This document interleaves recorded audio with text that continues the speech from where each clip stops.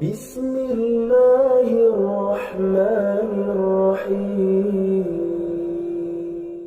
Akhlak Nabi itu bisa buat orang yang benci sama beliau jadi jatuh hati kepada beliau. Kalau kita udah jatuh hati jadi benci. Kebalik. Nabi orang yang marah kepada beliau jadi jatuh cinta. Kita hampir jatuh cinta jadi marah. Kebalik nih akhlaknya. Berarti kita harus belajar banyak nih dari Rasulullah tentang akhlak.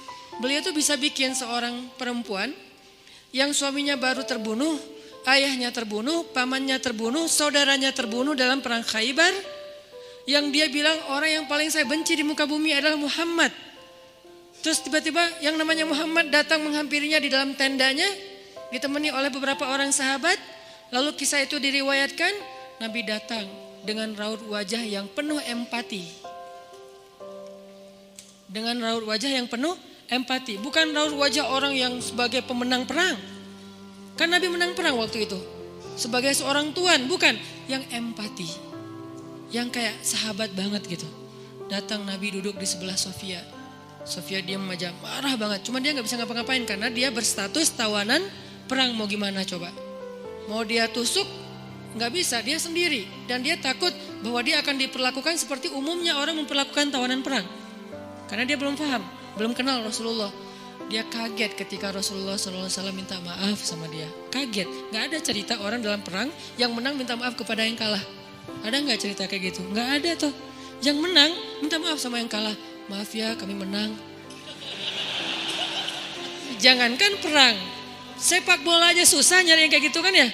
Ini akhlak nih untuk kita teman-teman di Bandung dengan Persibnya, nanti di Jakarta dengan apa Jakarta teh? Persijanya. Nanti yang menang siapapun yang tanding, maaf ya menang. Dari mana lo akhlak kayak gitu?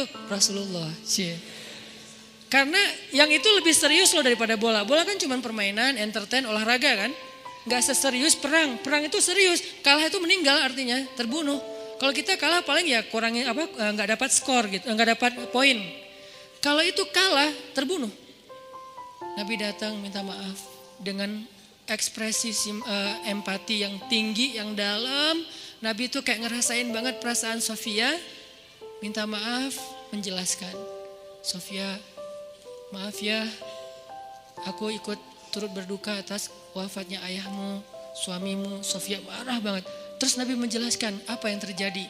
Aku tuh udah ngasih kesempatan agar kita gak usah berperang. Tapi mereka terus menyerang. Maaf ya, menjelasin lagi. Maaf ya, ngejelasin lagi. Berjam-jam. Seolah-olah Nabi yang minta pengampunan kepada Sofia. Seolah-olah Nabi itu tawanan perang. Minta maaf, menjelaskan kejadiannya. Minta maaf, menjelaskan. Terus kayak gitu dengan ekspresi serius. Dan kelihatan banget lah.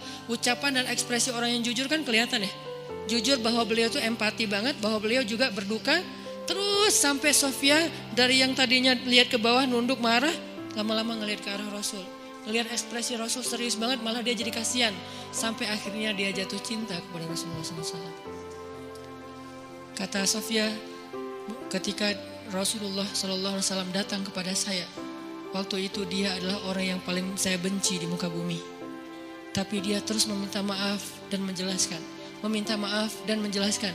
Sampai akhirnya dia menjadi orang yang paling saya cintai di muka bumi. Akhlak Rasul. Rasulullah gak mengatakan Allah berfirman wahai Sofia.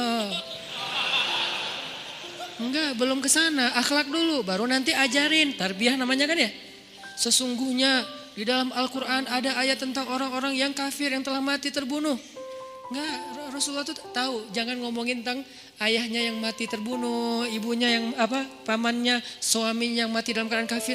Nabi gak mau ngomongin itu, kenapa? Menjaga perasaan Sofia. Kok masih dijaga sih perasaan? Kan mereka beda agama, mereka orang kafir. Inilah akhlak Rasul. Sehingga Nabi membahas yang membuat Sofia merasa kayak dihargai. Sebagai seorang janda, sebagai seorang perempuan, sebagai seorang yatim. Sebagai seorang tawanan. Sehingga dia takjub dengan akhlak Nabi. Akhirnya dia cerita. Ya Rasulullah, belum beriman udah manggil? Ya Rasulullah, saya pernah bermimpi. Bahwa dalam mimpi saya melihat ada rembulan di atas kota Madinah. Lalu jatuh ke pangkuan saya. Jibril turun bilang ke Rasulullah, apa maksud dari mimpi itu? Tahu nggak Rasulullah apa maksud mimpi? Apa Jibril? Maksudnya rembulan itu kamu. Maksudnya dia akan jadi istri kamu di dunia dan akhirat. Rasulullah langsung, aduh gimana ya? Rasulullah juga orang yang ra'fah banget tuh. Bil mu'minina ra'ufun rahim tuh Rasulullah. Gak enak, kan dia masih janda baru meninggal suaminya. Masa saya lamar gimana ya? Kata Jibril, ya Rasulullah, Allah suruh engkau melamar dia untukmu. Menjadi istrimu di dunia dan di akhirat.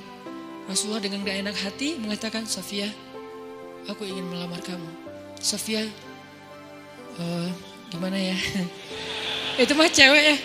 Saya mencoba untuk menghayati kisah ini dari angle cewek elegan ya. Bukan cewek biasa, oh boleh gak apa-apa sih, gue sih enggak. Cewek elegan, cewek terhormat, cewek yang soleha walaupun belum beriman. Pasti dia gak akan bilang, Alhamdulillah Masya Allah, A-nya panjang gitu kan ya. Terus pakai emoticon berderai-derai, enggak. Dia terhormat. Dia akhirnya saya terserah gimana baiknya aja. Menikahlah Nabi dengan Sofia. Modalnya apa? Akhlak. Bukan mahar yang besar, bukan akun sosial media followersnya paling banyak, bukan eksistensi, bukan gaya-gayaan, bukan datang bawa mobil mewah, datang bawa akhlak. Ini kayaknya modal kita belajar juga nih gimana cara ngelamar calon istri, akhlak.